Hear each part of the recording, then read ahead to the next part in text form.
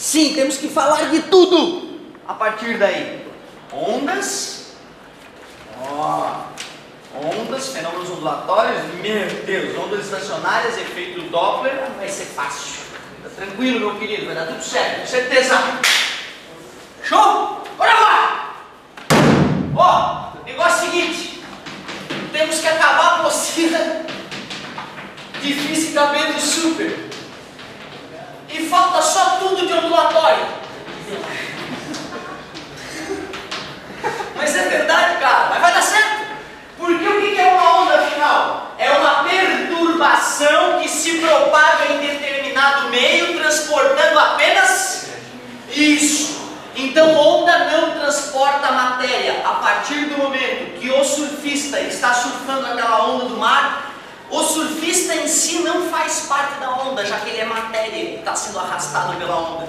Então tu vê, né, aquelas ondas que estão quebrando na beira do mar já não são essas ondas que nós estamos estudando. Nós estamos estudando as ondas de alto mar, sem vento, sem aquelas que quebram, aquelas ondas bem bonitinhas assim, ó, certo? Então, ó, vou desenhar uma onda de alto mar bonitinha.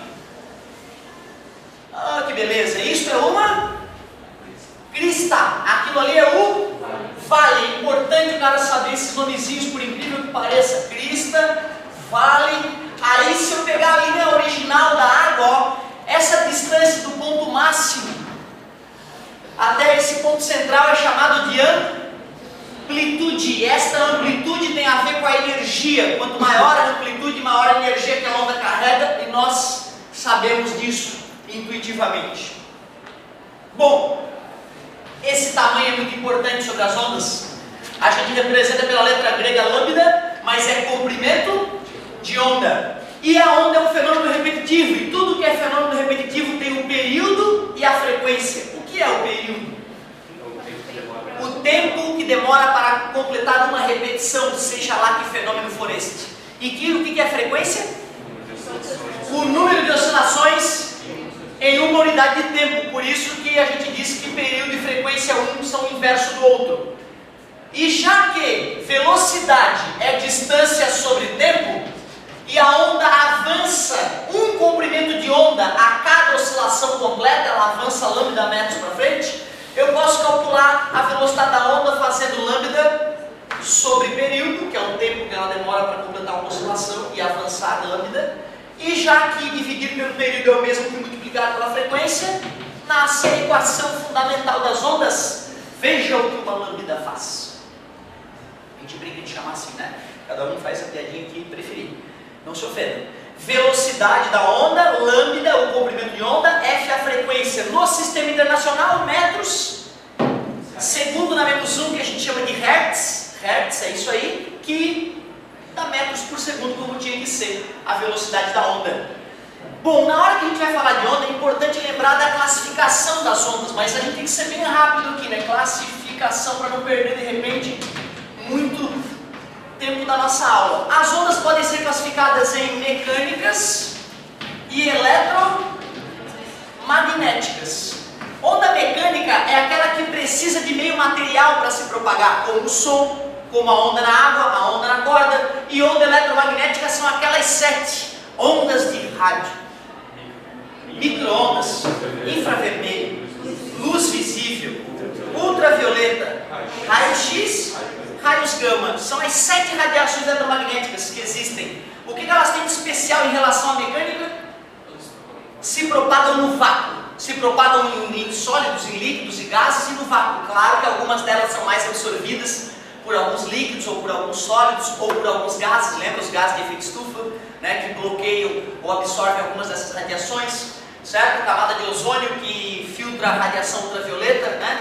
Uma série de outros processos que a gente vai revisar também.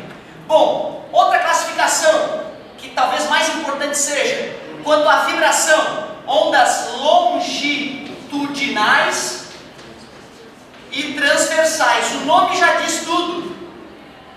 O cara tem que saber o significado de longitudinal, né? Longitudinal significa paralelo.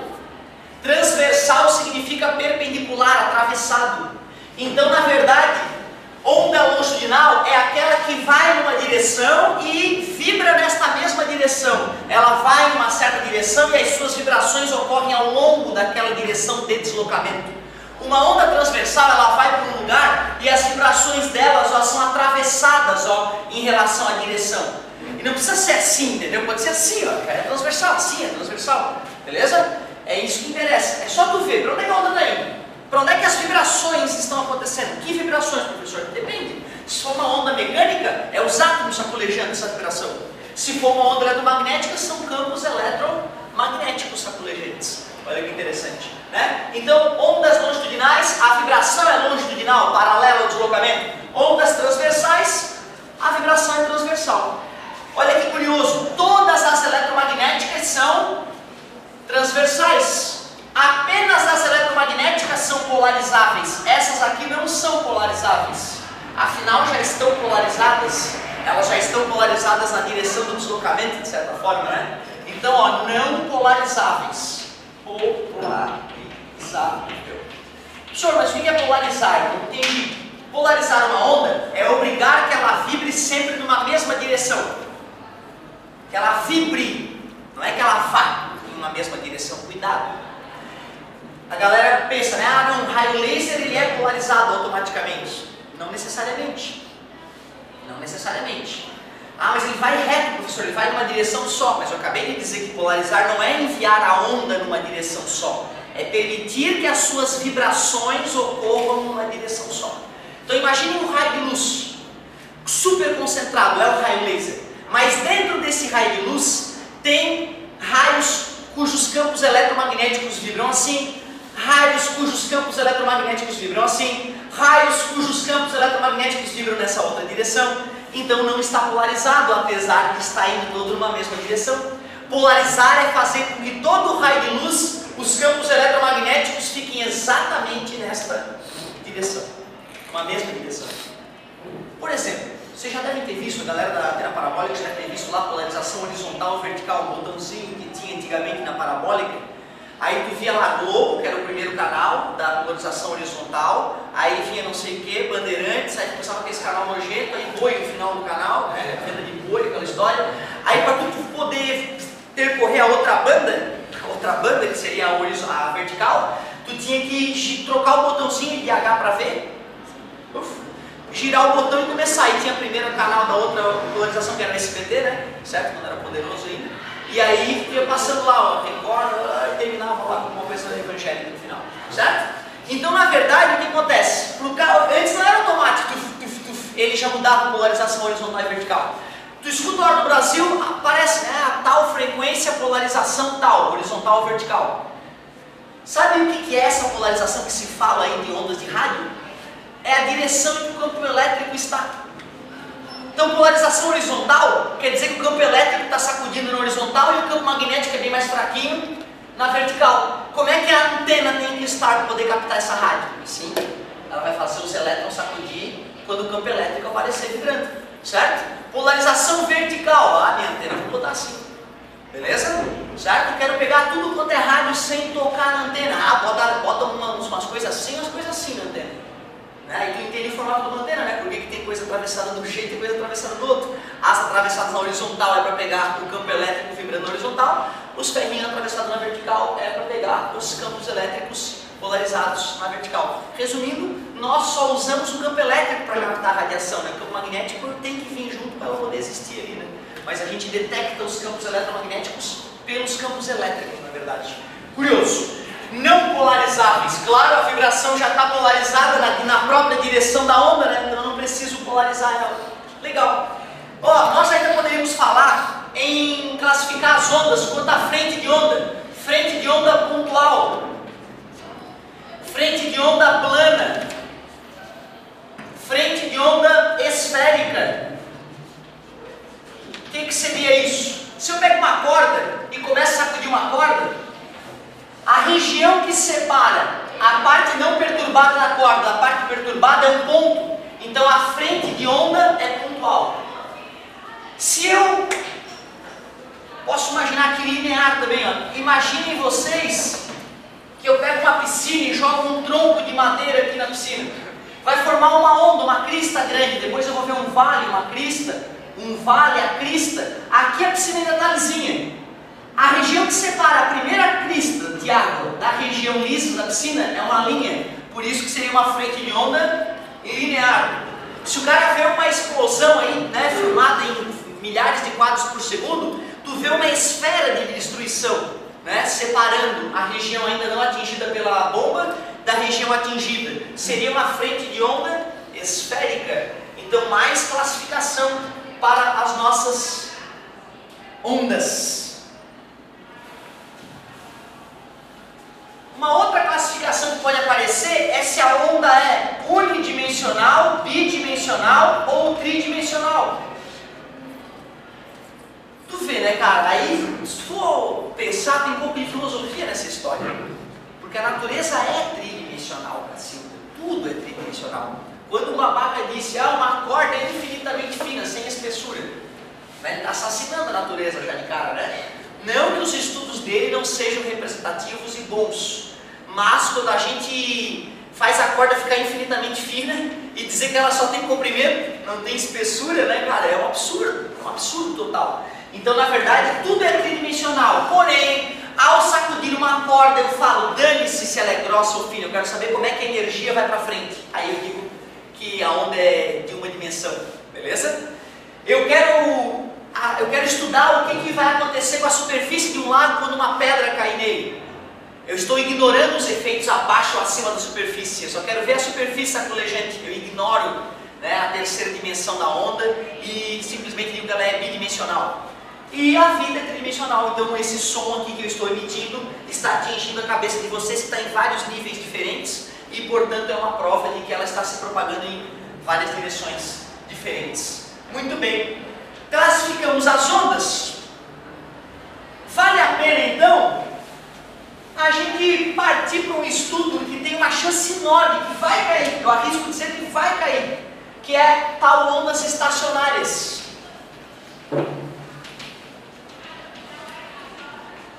Pega uma corda, pega uma cordinha, começa a sacudir ela, presa entre as duas mãos ali, sacode um lado, deixa paradinho o outro. Tu vai perceber que inicialmente a corda vai começar a sacudir desse jeito, ó, bem bonita, toda para cima e toda para baixo, depois que tu achar o ritmo adequado. Porém, se tu aumenta a vibração da tua mão, tu jovem e ágil que é, logo conseguirias uma figura. Isso é para fazer com fio de telefone, é perfeito fazer com aquele fio enroladinho de telefone. Tu já logo em seguida vê essa figura na tua frente, ó.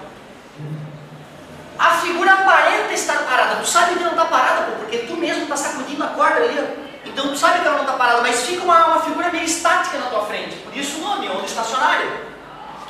E tu vai, cara, tu jovem vai conseguir o terceiro harmônico fácil. Que isso?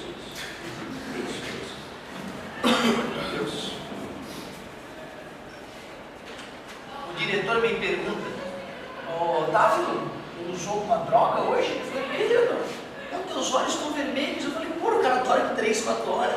E ainda o diretor desconfiando do cara, é brincadeira, né? Não sei por que penso isso de mim. Ô galerinha, olha só, o negócio é o seguinte, ó. Primeiro harmônico, segundo harmônico, terceiro harmônico. Isto aqui, tu lembra o nome? É um ventre. E aquelas coisinhas ali são os nós. Ventre. Primeiro harmônico forma um ventre. Segundo harmônico, 2 ventres. Terceiro harmônico, 3 ventres. Se o cara faz uma ondinha, que bonitinho. Se o cara faz a ondinha oposta, ó, defasada, dá para perceber que um lambda, que era aquele formato completo da onda, tem quantos ventres?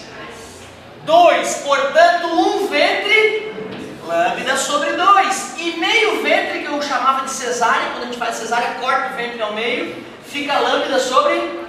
Esta simples observação mata a maioria das questões que envolvem ondas estacionárias. Por quê? Porque a maioria das questões de ondas estacionárias pedem para o aluno relacionar o tamanho L da corda vibrante com o lambda da onda, para poder depois usar a equação fundamental, por exemplo. E aí o aluno só tem que fazer o quê? Se ele sabe que um ventre é lambda sobre 2, que meio ventre é lambda sobre 4, ele vai lá, conta quantos ventres tem. Um ventre. E como um ventre é lambda sobre 2, ele iguala a L. Conta o número de ventres, 2 ventres. Como cada ventre é lambda sobre 2, igual a L. 1, 2, 3, 3 ventres, igual a L. E assim por diante. Para o enésimo harmônico, como é que ficaria a formuleta? N lambda sobre 2 é igual a L. Simples assim. Legal. Bom, só que além de ondas estacionárias em cordas, nós também temos que ver ondas estacionárias em tubos. Ondas estacionárias em tubos. Então o cara pega um tubo. Primeiro vamos fazer um tubo aberto. Galera, quando a gente fala tubo aberto, não é que ele é todo aberto dos dois lados, tá? Se tu pegar uma caneta sem nada aberto dos dois lados, ficar soprando ali, pode ficar 2 dias soprando, não vai sair uma nota ali, né? Então quando a gente fala que é tubo aberto, não comenta com ninguém porque isso pode confundir a cabeça da galera. Tem um estreitamento grande de ar, tá? Mas ainda aberto, tá vendo? Onde o ar pode fluir, certo? Então só para tu, um dia ver, isso aqui é um tubo aberto, o cara te mostra, tu bota o olho, não tá aberto. E aí tu, tá tudo feio da mãe. Não, relaxa. Aberto é que pode fluir ar dos dois lados, não quer dizer que esteja totalmente aberto. Como aqui a gente não está fazendo técnico em instrumentos musicais, em construção de, sei lá o que, flauta, e aí então a gente finge, é aberto, o tubo é aberto. E aí o professor vai lá e fala, o ar vibra assim lá dentro, né? Que história é essa? Eu nunca vi o ar vibrando assim. Como é que foi mesmo que a gente descobriu que o ar vibra daquela maneira? Isso, bota pozinho, bota uma caixa de som do lado e o pó que estava homogeneamente distribuído dentro do tubo se apinha ali, forma um morrinho. E se é pó e o morrinho está perfeitamente equilibrado e parado, tem que supor que no nó o ar não vibra. E no ventre o ar está sacolejante, por isso que varreu o pozinho que tinha ali embaixo. O nome do cara que fez esse experimento? Ele é pesado, né? Kundit. Tubo de Kundit. Experiência famosa, porque no laboratório de física o cara sempre vai fazer essa experiência no começo. Ó. Tubo de Kundit, poeira para tudo que é lá, prepara a bombinha da rinite. Então olha só, tubo de Kundit, o cara pega lá, consegue enxergar como é que o ar vibra no tubo. Pega o mesmo tubo, com o mesmo tamanho L, e aumenta a frequência da caixa de som em volta do tubo poeirento. Uma hora a poeira vai começar a se acumular da seguinte maneira, ó, 2 morrinhos de poeira bem definidos. É quase mágico, cara, não dá para acreditar, pô, que estranho, malditos morrinhos de poeira. Aí tu detecta onde estão os nós, né? E aí, ó, aí é só artístico o resto da galera. Essas ondinhas idiotas que eu desenho ali é artístico, pra gente encaixar a onda, tá beleza? É importante tu entender isso. Na verdade isso aqui é uma loucura, é primeiro ar. É gás, meu Deus. Lembra do gás? É isso. Aí a coisa sacolejante aqui começa a vibrar em forma de sanfona enquanto as partículas estão... Né? E essa sanfona faz com que vibre bastante aqui no meio, e aqui vibre menos. Uma coisa mágica, né? Beira ao mágico. Certo? Bom, observem vocês que no primeiro, no segundo ou até no terceiro harmônico de um tubo aberto, eu tenho um ventre, meio mais meio. Eu tenho 2 ventres, 3 ventres, ou seja, é idêntico. Quando eu percebi que tubo aberto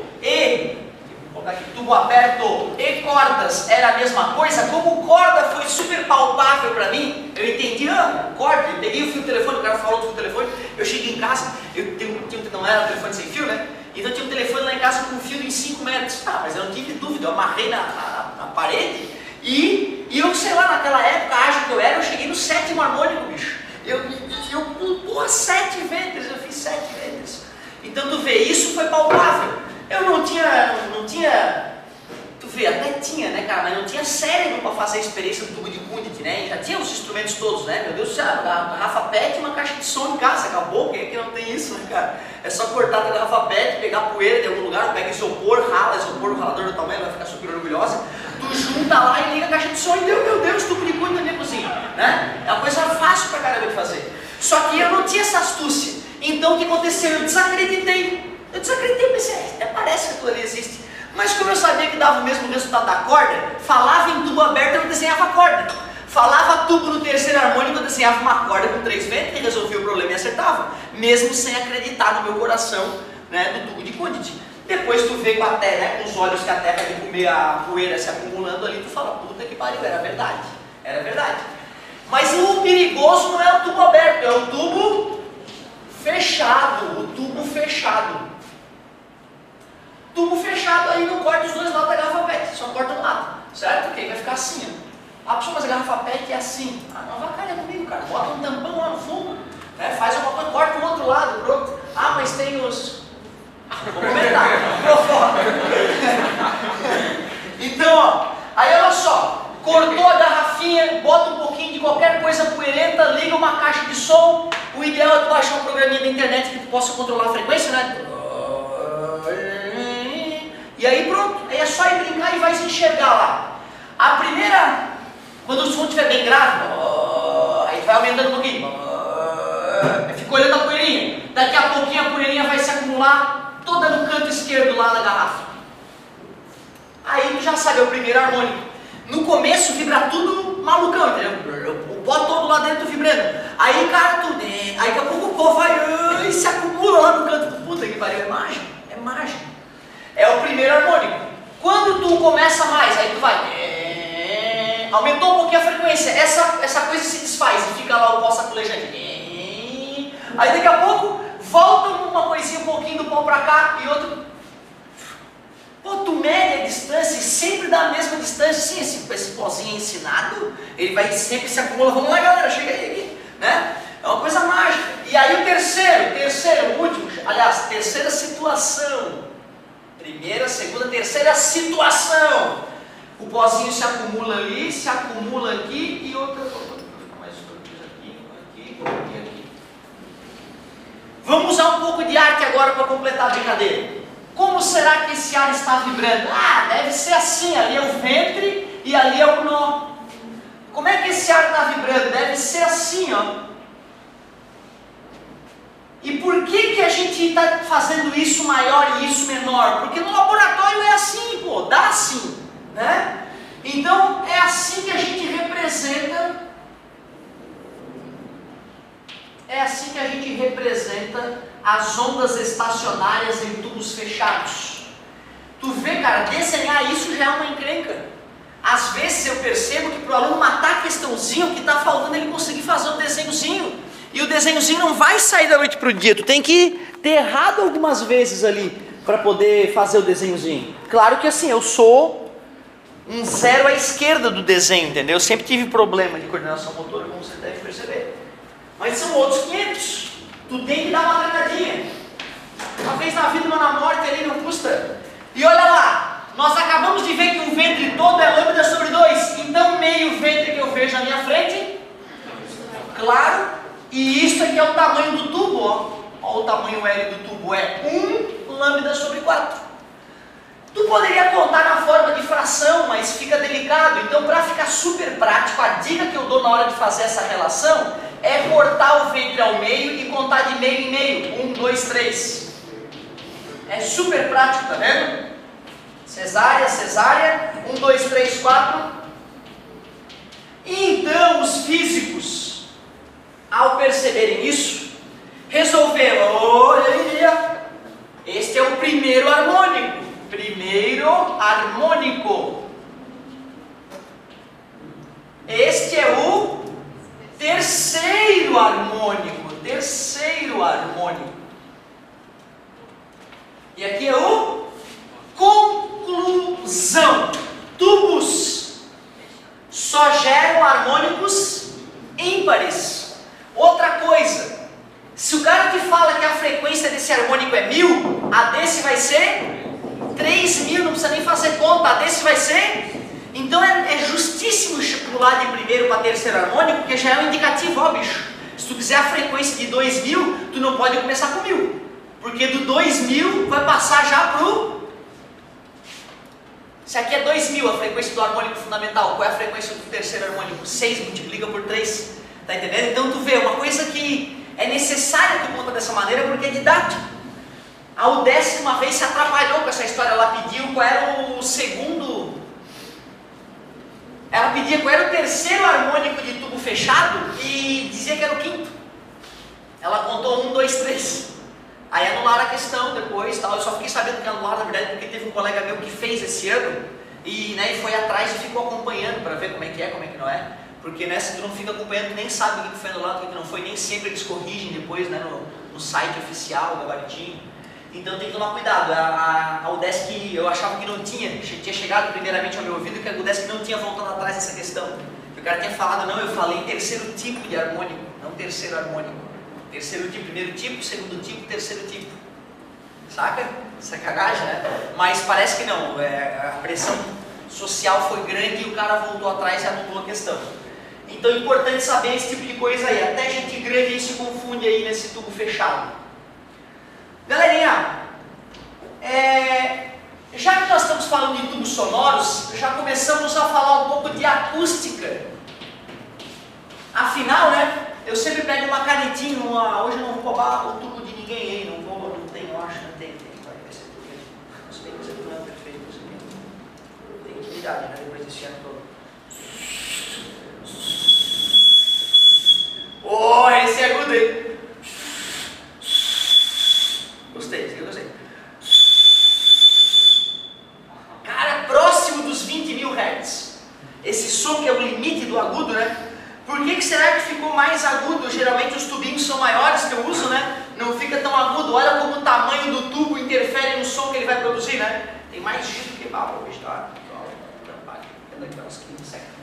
Ó, então que história é essa de acústica? A acústica é o estudo do som. O que é o som? Onda mecânica long. Lembra da caixa de som funcionando? Tu vai, né, lembrar que ela é longitudinal? Audível. E para ser audível, de 20 Hz a 20 kHz. Legal, a 20.000 Hz. Cuidado, galera. Os sons próximos de 20 Hz são chamados de graves. E os sons mais próximos de 20.000 Hz são chamados de agudo. Então, cuidado. Primeira coisa perigosa com a acústica, a altura do som é a frequência, não é o volume. Na física, a altura é sinônimo de frequência. Então, o que seria um som alto? Agudo, alta frequência, que significa agudo, é isso aí. O som baixo é o som de baixa frequência e, portanto, é chamado de som grave. É só lembrar do instrumento que é chamado de baixo, né? Só lembrar do instrumento que é chamado de baixo. Né? Ele emite um som baixo, por isso que o nome dele é esse, certo? Galerinha, aí pode arrebentar o teu timbre esse som baixo, tá? Então, ai meu Deus, diminui o volume, certo? Porque se tu pedir para baixar o som, né, ele pode deixar o som mais grave ainda e ainda estourando os tímpanos. O que nós chamamos de volume no dia a dia é, na verdade, a intensidade sonora. A intensidade sonora, o que é? É tu pegar a potência que está chegando e dividir pela área onde ela está sendo diluída. Como assim? Ué, se tu tem um aparelho lá de 1000 watts de potência que está sendo usado no máximo naquele momento, potência de verdade, né? Potência RMS. Nunca compraram um aparelho pela potência PMPO, que é uma maneira falsa de medir potência. PMPO mede a potência de uma frequência específica, né? E RMS ele faz a integral em todo o espectro e calcula a potência verdadeira. Então olha só, tens um aparelho de 1000 watts. Estás com a tua caixa de som de 1000 watts bombando, só que você está a 1 metro da caixa de som. Ali estão as orelhas, os olhos, a pessoa está feliz ainda, não perdeu a audição. E lá vem a esfera oscilante de ar que passa pela orelhinha dele. Concordam? Vocês têm que entender que os 1000 watts saíram dali. 1000 watts significam 1000 joules a cada segundo. Então, a cada segundo, aqueles 1000 joules de energia estão diluídos numa área uma superfície esférica maior. Se eu quiser calcular a intensidade na orelha do sujeito, eu tenho que pegar a potência do som, que é 1000 watts. Eu não quero 1000 watts. Ah, garoto! 1000 pi watts. Ela é 3000 watts. Beleza? Certo? Os meus brinquedinhos lá em casa agora estão um pouco mais que isso. Então, ó, uns 1000, né, 1000 pi watts, uns 3.114 watts, né? 3.140 watts. 141,9.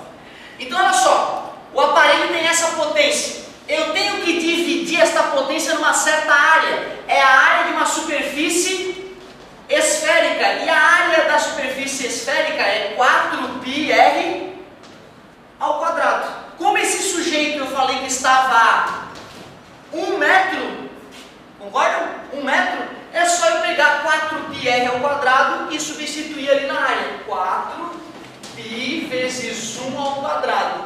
Corta π com π. 1000 dividido por 4, 250 watts por metro quadrado. Watts por metro quadrado. Beleza? Essa seria a maneira de calcular a intensidade sonora. Porém, o mais comum não é a gente calcular a intensidade sonora. O mais comum é a gente calcular o nível de intensidade sonora. Nível de intensidade sonora. Que seria o quê? O logaritmo, 10 vezes o logaritmo de I sobre I0. O I, galerinha, é a intensidade que a gente quer medir, e o I0 é a menor intensidade audível. I0 é tabelado como 10 na menos 12 watt por metro quadrado. O que seria esse 10 na menos 12 watt por metro quadrado? É a mesma coisa que 0,01 watt por metro quadrado. É um valor extremamente baixo, né? Seria o equivalente a uma agulha caindo lá longe, né, da sala de aula, e tu consegue escutar ela, mesmo que ela tenha caído, né, por trás de obstáculos. Como a menor intensidade audível é muito pequenininha e a gente pode fazer acontecer uma explosão, valores de 100, de 1000 watts por metro quadrado, que obviamente, né, gerariam nas pessoas próximas ali estragos imensos, a gente medir com intensidade sonora fica pouco prático. Esse valor pode dar 10 na 3, esse valor pode dar 10 na menos 6, pode dar 10 na menos 10, e aí ficam valores muito discrepantes. A gente usa o logaritmo justamente para achatar a escala. Fazendo desse jeito, então, os valores agora de nível vão de 0 a 120, 130, 140 decibéis. Um exemplo rápido. Calcule o nível de intensidade sonora para um som de 0,1 watt por metro quadrado. Seria 10 vezes log de 0,1, que é a mesma coisa que 10 na menos 1, sobre 10 na menos 12. Vou trocar o 0,1 por 10 na menos 1, divisão de potências de mesma base. Mantém a base.